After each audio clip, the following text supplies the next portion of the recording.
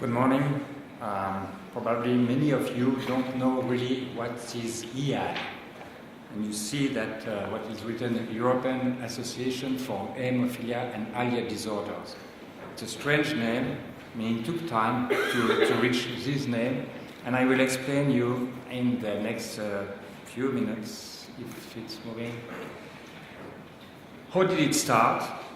What was the reason to start a European Association for Haemophilia and Haemostasis disorder? The publications which will be the starting point of this EAHAD, the present working parties and the past one also. I will show you who is in the executive committee members right now and also the executive committee member of the nurses.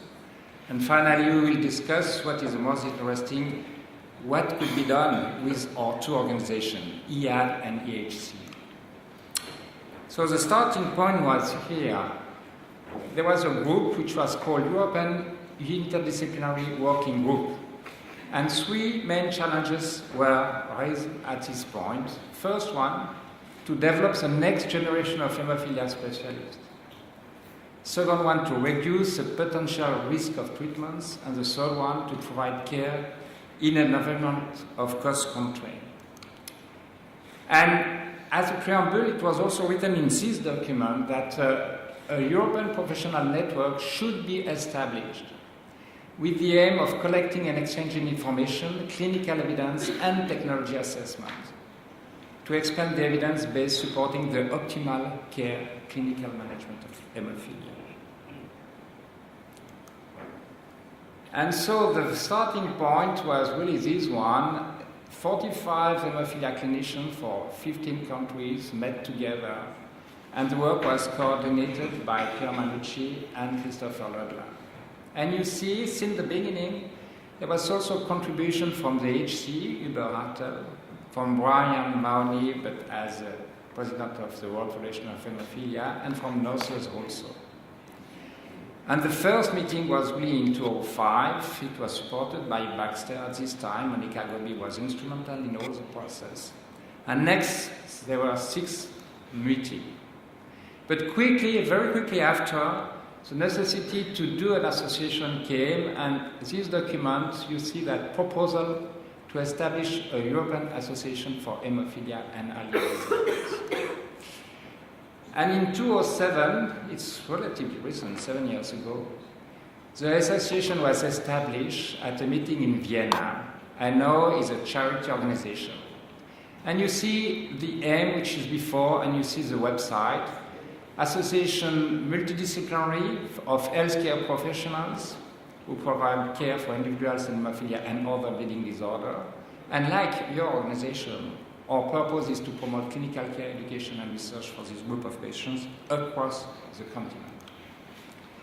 Here are the 2 key persons, Pierre Manucci and Christopher Ludlam, and you see that the first meeting in Vienna, the agenda was the election of office, bureau, executive committee, and there was open discussion. And there was also a meeting, and the meeting, you see, started at 4 o'clock, ended at 6 o'clock. And now the meeting of EAHAD has changed. It's 2 days and a half. And there were roughly 80 attendants in this meeting.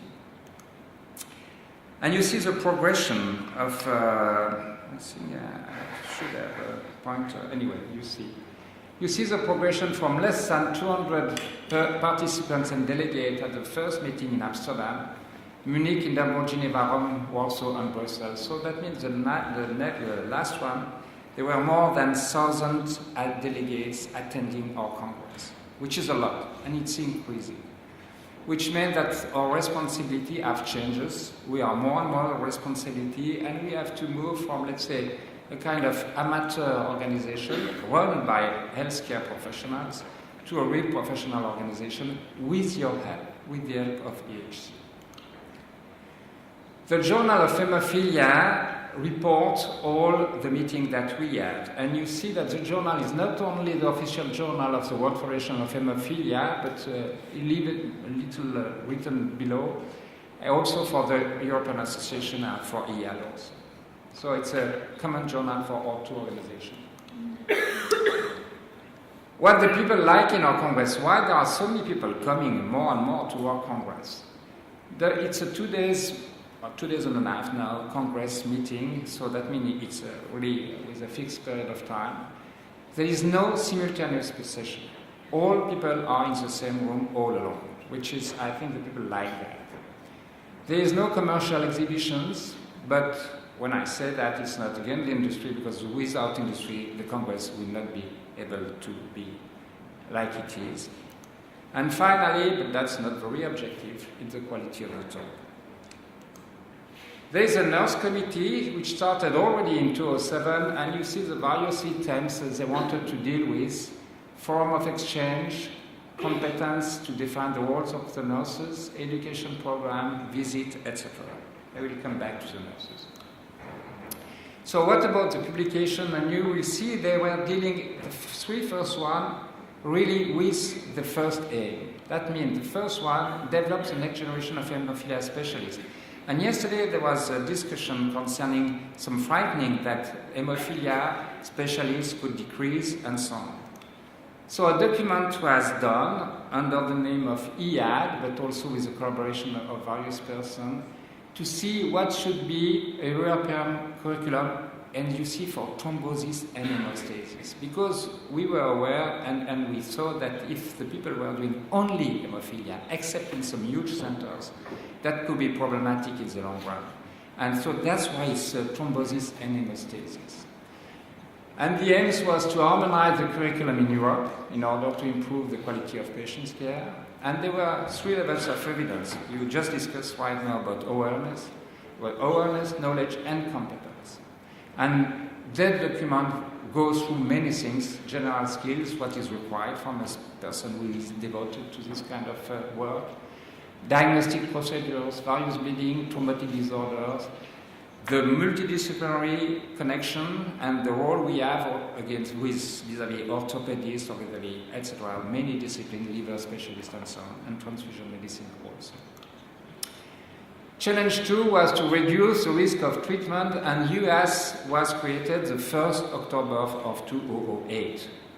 And that is something very important. Again, as you see, somebody very important from EHC participated at the beginning of the story of US, and I will briefly come back to US. That's the data that Mike McChrist provided me the other day. You see that now there are 84 centers in 26 countries. That means more than 15,000 haemophilia A, more than 3,000 haemophilia B, and many, many other patients with other bleeding disorders. And the challenge 3 was to provide haemophilia care in an environment of cost constraint. And here, you know well, because it was shown yesterday, it was shown twice, all the question of the European principle of haemophilia care. And you see the picture of Brian Colvin, because Brian Colvin was also a very important and key person in the beginning of EAHAD. And among the various things he did, he wrote the bylaws with Christopher Ledler. Now, the working party, there are some working parties linked to EAHAD which have finished their work. You see factor 8 essays to see the discrepancy between the essays.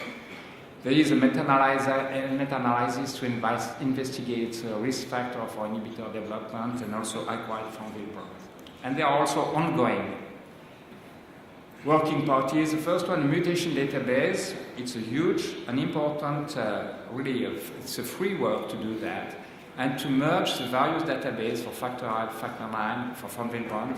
And now we are moving to other rare bleeding disorder and to have uniform database. It's a huge work. And next, all the work of Mike McChrist and colleagues for what it's called EUHANET. And EUHANET, Manucci was saying it was the jewel of the crown of EAHAD.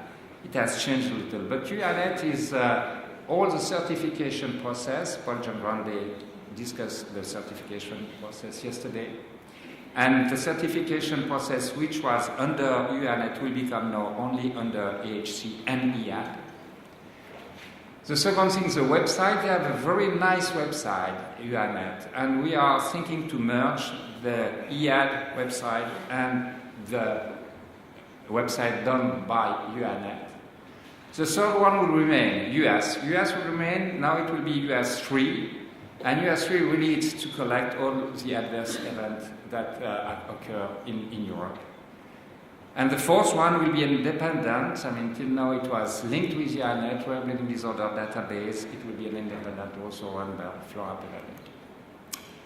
So 204, you see the committee. The first one on the top is Jonas Termark. He was the previous president. The second one is me. And the third one is the next president, Cedric Hermans. He spoke yesterday. Kathleen Fischer from the Netherlands. Rita Lassila, she will organize the next meeting. Rosine Doiron from France. Paul-André Olmé from Norway. Robert Lamroth from Berlin, Germany. Gary Dolan and Mike McCreast both from UK. 5 of these persons will change next year because it's a 3-year term, and so there will be new elections. But some of them will remain as ex officio members because we need some prolongation of some works which are done. And concerning the nurse, I'm very, very happy because it was a little, I would say, sleepy, the nurse, and they are becoming just more and more active. And partly thanks to Marlies Shrivers, you see the first picture. There are other people from various countries. And the nurse group is doing an excellent job right now. And they have defined objective, and they are progressively reaching the objective. Produce an evidence-based set of practice guidelines for haemophilia nursing care. Second one, extension of the project to establish the role of haemophilia nurse. It comes back to the first document they did. Finalize the curriculum. I mean, it's a long story. It was never finished. Now it's close to the end. I mean, to have a real European curriculum nurse for the nurses. Develop a forum, and next to increase nurse involvement in EAHAD. And now, from Helsinki, that means next year, Marlies Shrivers will be named. It will be part of our executive committee, which is absolutely normal. I mean, it's a organization of health professional. We need a physiotherapist. We need a nurse also. Again, it's a healthcare professional organization. So EHAD, EHC, and I put just after that the World Federation of Haemophilia. The collaboration, as I showed you before, was already done for the principle of care for US, and also some action for the principle of care in the European Parliament. 206 there was something, 209 there was something, and so some collaboration. You can't see that, but just what is, because I will detail that in the next line. But Brian Mahoney signed with Jonas Termark, the previous EHAD president, what you see, a memorandum of understanding. I mean, how we can collaborate more and more between our two organizations. Either through annual conferences, through registration and 30-minute talks. That's why I am here. And Brian will be the same in our next Congress. Joint meeting, we meet twice a year. We meet yesterday at 10 or 11 p.m. And our areas of collaboration, communicate on advocacy issues. We are not good as healthcare professionals for advocacy issues as EHC is. I mean, we don't have lawyers, we don't have these competence, and really we need together. On data collection, EHAD will nominate clinicians to review EHC collected data when requested. And the third one, EHAD will involve EHC in any revision of the European Principle of Care. We discussed that yesterday also. And concerning the complete joint venture of the 3 main organizations, World Federation of Haemophilia and the 2 other organizations, the purpose was with a project which was written June 25th to combine our collective strengths to advance the improvement of haemophilia treatment and care in European countries in need, particularly in Eastern Europe. And yesterday morning, early, we discussed about that and how to progress and so on. And progressively, we say that if we do joint visits to some designated European NMOs, which are in difficult situation, and we will choose 2 closely, geographically close NMOs, and with a 2 days visit in each country, and that will double, that means 4 days commitment, with persons from the World Federation of Haemophilia, from EHAD, and from EHC. And really to push the authorities to promote also the lab problem, the education problem, and so on. I mean, really to join our forces, to focus on all bleeding disorder, not only hemophilia, on rare bleeding disorder, and on countries in need within Europe, and so we'll see concerning the budget for all this story. The idea is to start next September. So what we planned yesterday, it's next September to really to start the program. Meanwhile, we'll have several discussions. And just to say that already we did some work together on Brian Marnie, Alan Weil, as president of the World Federation of Haemophilia, and myself, we wrote a letter concerning the problem of the market exclusivity for long-acting factor. That's one document amongst various other letters. So that's finally, I mean, you know, in French, it's l'union fait la force for the Belgian citizens, they know well that. In Bulgaria, it's exactly the same motto. In Angola, it's exactly the same motto. And in Bolivia, it's exactly the same motto. So united we stand, divided we fall. So the next meeting will be in Helsinki. Really, if you are cordially invited, I mean, we will have to pay a little amount anyway, but you are cordially invited to attend. And some of you will come, I know. And I think it will be a great meeting and a good occasion to go on with the discussion between EHC and between our organization. Thank you for your attention.